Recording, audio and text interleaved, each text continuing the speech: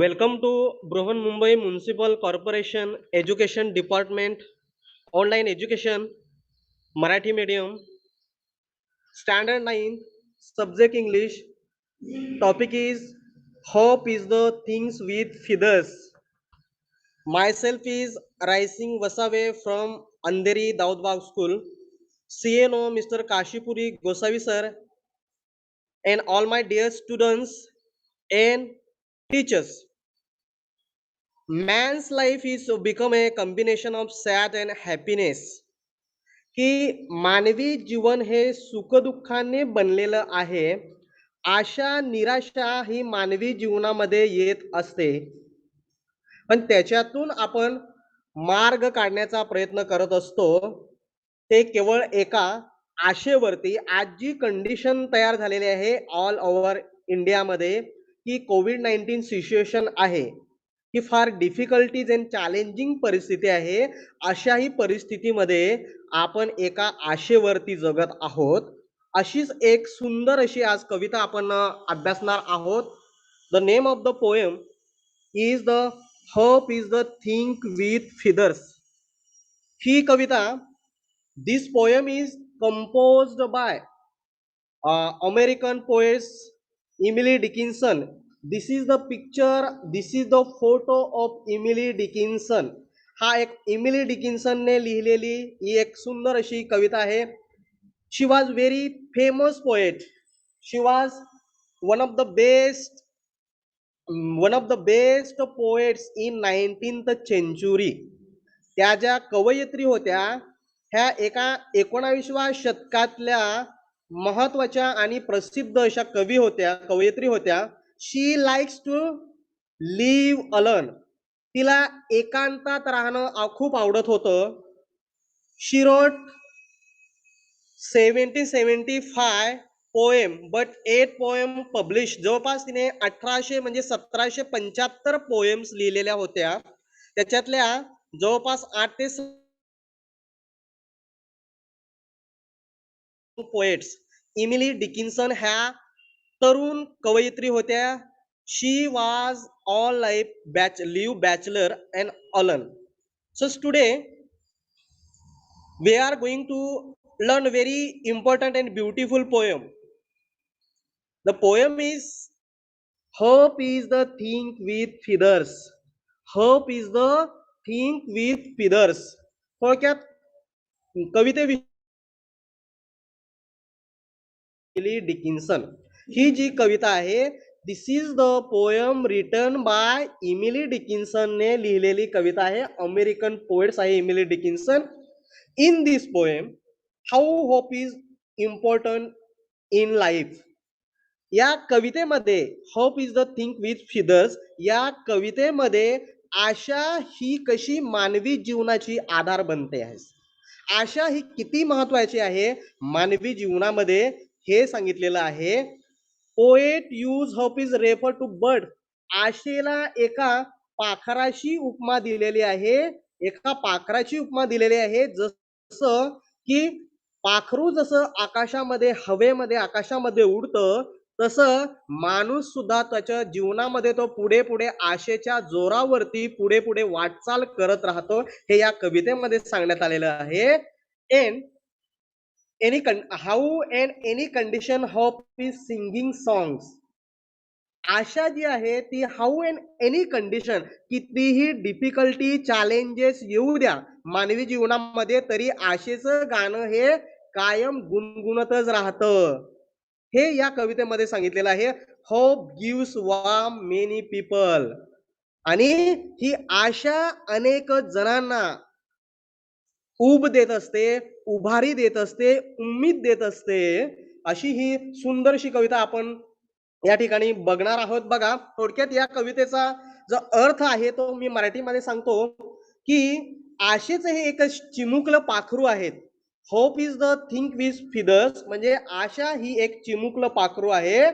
आणि हे जे चिमुकलं पाखरू आहे ते प्रत्येकाच्या मनामध्ये असतं आणि मनाच्या घरट्यामध्ये राहतं. आणि हे आशेचं पाखरू कायम आपल्या ला गाणं गुणगुणतच राहतं आणि त्या गाण्याला शब्द नसतात. गाण्याचा फक्त तो सूरच ऐकायला येतो, सूरच असतो. आशा ही प्रत्येकाला हवी हवी वाटणारी हवीशी भावना आहे. आपण ती शब्दामध्ये व्यक्त करू शकत नाही, पण तिचे अस्तित्व मात्र परमनंटली असते. तिचे अस्तित्व मात्र परमनंट असते. कितीही भयंकर वादळ येऊ द्या, या मानवी जीवनामध्ये कितीही भयंकर वादळ जरी आले तरी आशा ही त्याचे गाणं थांबवत नाही. आशा ही त्याचे गोड गाणं गातच राहते. म्हणजे आशा ही मानवी जीवनाला संकट समयी दिलासा देते, उभारी देते, धीर देत असते. म्हणजे एखाद्या महाभयंकर वादळच त्याला अस्वस्थ करू शकतं. नाहीतर कोणत्याही हाऊ अँड कंडिशन सर्कमटेन्सेस येऊ द्या, प्रॉब्लेम्स येऊ द्या, बिकट परिस्थितीमध्ये सुद्धा हे आशेचं सुंदर गाणं गातच राहतं. आणि ही आशा कदाचित एखाद्या भयंकर संकटालाच ती हरू शकते. त्याच वेळेस ते तिचं गाणं थांबवू शकतं. नाहीतर ते continuously hope singing a song, continuously hope singing a song, continuously ते गाणं म्हणत राहतं. अतिशय प्रतिकूल परिस्थितीत सुद्धा आशा या पाखराने आपले गाणे कवयित्रीला ऐकवलेले आहेत. कवयित्री इमिली डिकिन्सनला जे अनुभवाला आलेले आहे, तिच्या आयुष्यामध्ये ज्या ज्या वेळेस हे कठीण प्रसंग आले, हे डिफिकल्टीज आल्यास त्यावेळेस तिला आशाने बाहेर काढलेलं आहे. या कवयित्रीला त्या चॅलेंजिंग प्रॉब्लेम्स मधून बाहेर काढलेलं आहे. किती बिकट प्रसंग आला तरी या आशेने एक कणभर सुद्धा काहीही मागितलं नाही. कणभर सुद्धा आशेने काहीच मागितलं नाही. एक फ्री ऑफ कॉस्ट असं आपण बोलणार, फुकटामध्ये आशा आपल्याला जगण्याची नवीच ताकद देते, ही संजीवनी देत असते. आणि त्या मोबदल्यामध्ये कोणत्याही प्रकारची अपेक्षा ठेवत नाही. अशी ही कविता आहे. आपण डिटेल्स मध्ये बघणार आहोत. आपण ही कविता बघा. Hope is the thing with feathers. कवितेचं शीर्षक आहे hope is the thing with feathers. आशा ही एका मानवी जीवनाची आधार आहे. असं बोलतात ना, आशा ही मानवी जीवनाची आधार आहे, की त्या आशेच्या जोरावरती आशा ही संजीवनी आहे. आशा ही आपल्याला बळ देत असते, ताकद देत असते. म्हणून कवयित्रीने असं बोललेलं आहे इमिली डिकिन्सनने, की हे आशेचं जे पाखरू आहे ते आशा म्हणजेच बर्ड्स आहे, विंग्स आहे, फिदर्स आहे, शक्ती आहे. आशा म्हणजे आशेला किती महत्व दिलेलं आहे. आशा हे एक रे ऑफ लाईफ, हा एक जीवनाचा किरण आहे. हो, आशा म्हणजे जीवनाचा किरण आहे. बघा, now I am going to first read the first stanza. This poem divided into 3 stanza. 3 stanza मध्ये ही कविता डिवायडेड झालेली आहे. पहिला स्टांजा बघा. Hope is the thing with feathers that perches in the soul and sings the tune without the words and never stops at all. And never stops at all. बघा, hope is the things with feathers. आशेला एक अनोखी अशी उपमा दिलेली आहे, की आशेला पाखराची उपमा दिलेली आहे, चिमुकल्या पाखराची उपमा दिलेली आहे. Hope is the thing with feathers. With feathers असले, विंग्स असले, पंख असले की पक्षी आकाशामध्ये विहार करू शकतात, उडू शकतात. तसे मानवी जीवनामध्ये माणसाजवळ जर आशा असेल तर माणूस सुद्धा जीवन जगू शकतो. हे कवयित्रीला या ठिकाणी सांगायचं आहे. The hope is the thing with feathers that perches in the soul, that perches in the soul. आणि ही आशा, जसे पक्षी हे झाडावरती घरट करून राहतात, तसे ही आशा lives in our mind, lives in our inner mind, आपल्या आत्म्यामध्ये राहते. तिचे जे रूट्स आहेत, तिचं जे रूप आहे किंवा ती कुठून असते, तर ती आपल्या आत्म्यामध्ये असते, आपल्या हृदयामध्ये राहत असते. ही आशा परचेस म्हणजे या ठिकाणी परचेसचा अर्थ राहण्याचं जे ठिकाण आहे, रूट्स आहे त्या आशेचं, ती आशा आपल्या अंतरात्मामध्ये असते, आपल्या इनर माइंड मध्ये असते, असं कवयित्रीला सांगायचं आहे. End sings the tune without the words end never stops at all. बघा, एंड सिंग्स सर्वात महत्वाची लाईन, सर्वात महत्वाची हो या कवितेतली बघा. एंड सिंग्स द ट्यून, आणि ही जी आशा आहे ती आशा गाणं गुणगुणत राहते, गाणं म्हणत राहते. सूर मात्र येत असतं, शब्द येत नसतात, शब्द नसतात या गाण्याला, पण सूर मात्र आहे.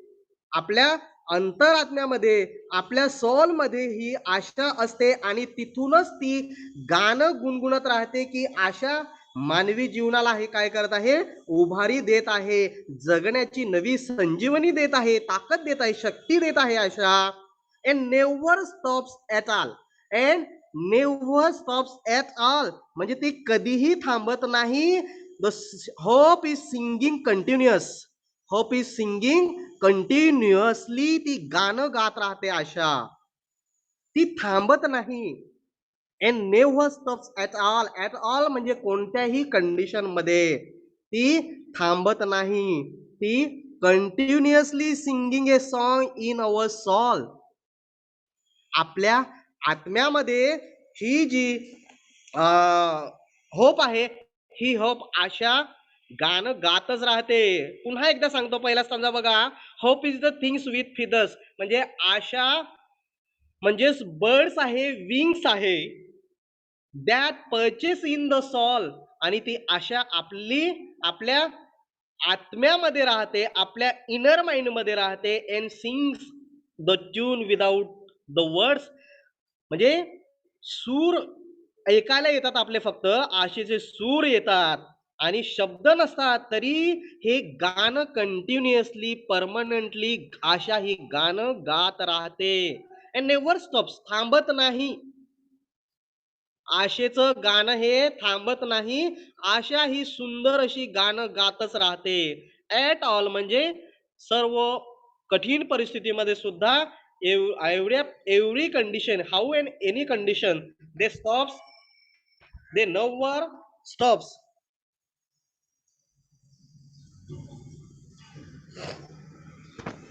आणि पुढे, in the sweetest in the gale, in the sweetest in the gale, he is here and so must be storm that could purchase the little bird that kept so many warm. या ठिकाणी बऱ्याच जणांना ती ऊब देत असते बघा, बऱ्याच जणांना ऊब देत असते. म्हणजेच and sweetest in the gales, sweetest in the gale is heard and so most be the storm. आणि हिचं जे स्वीटेस्ट गाणं आहे, जे सुमधुर असं जे गाणं आहे, ते सुमधुर गाणं ती गातच राहते. इन द गेल म्हणजे काय, ते भयंकर वादळामध्ये सुद्धा कवयित्रीला हे सुंदर गाणं ऐकवलेलं आहे. ते भयंकर वादळामध्ये सुद्धा सुंदरसं गाणं तिने थांबवलेलं आहे. And so most be the storm. आणि सर म्हणजे खूप अशी वाईट बॅड कंडिशन असते, त्या बॅड कंडिशन मध्ये सुद्धा हे सुंदर गाणं कवयित्रीला ऐकवलेलं आहे. That could abashes the little bird, that could abashes the little bird that kept so many warm. आणि ऍप्शियस म्हणजे या ठिकाणी अस्वस्थ करतं. एखादं स्ट्रॉंग म्हणजे खूपच खूप कठीणातली कठीण परिस्थिती असेल, त्याच वेळेस हे जे सुंदर जे गाणं गाणारी जी आशा आहे, त्याच वेळेस ती अस्वस्थ होऊ शकते. बाकी अदर वेळेस खूपच जर वाईट असेल, खूपच जर बिकट परिस्थिती असेल, तरच ती अस्वस्थ होऊ शकते. Otherwise they continuously singing a song that kept so many warm, that kept so many warm. की ती बऱ्याच जणांना आशा ही उभारी देत असते, बऱ्याच जणांना ती धीर देत असते, मनाला उभारी देत असते. I have heard in the chillest land. Third stanza, I have heard in the chillest land and on the strangest sea. Chillest land म्हणजे अत्यंत वाईट परिस्थिती, डिफिकल्ट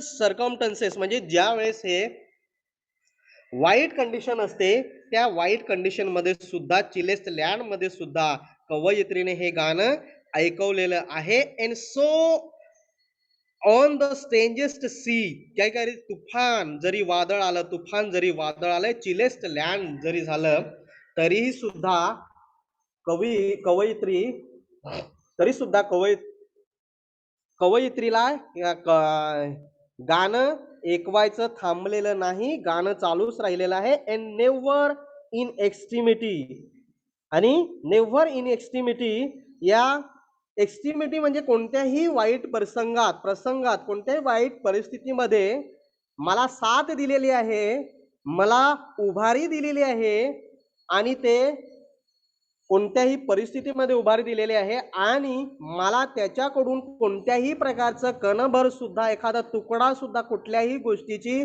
अपेक्षा या ठिकाणी कवयित्री कडून केलेली नाही. या आशेने कोणत्याही प्रकारची अपेक्षा न ठेवता ही आशा मानवी जीवनाला एक संजीवनी देत राहिलेली आहे आणि ती जिवंत ठेवण्याचं काम करत आहे. That's why this is the most important poem. ही कविता म्हणूनच फार महत्वाची आहे, अतिशय इम्पॉर्टंट कविता आहे, आशेवरती आधारित आहे, मानवी जीवनावरती आधारित ही कविता. अशा प्रकारे ही कविता या ठिकाणी 3 स्टांजामध्ये कविता झालेली आहे. तुम्हाला काय या कवितेविषयी जर काय प्रश्न असतील तर तुम्ही विचारू शकतात.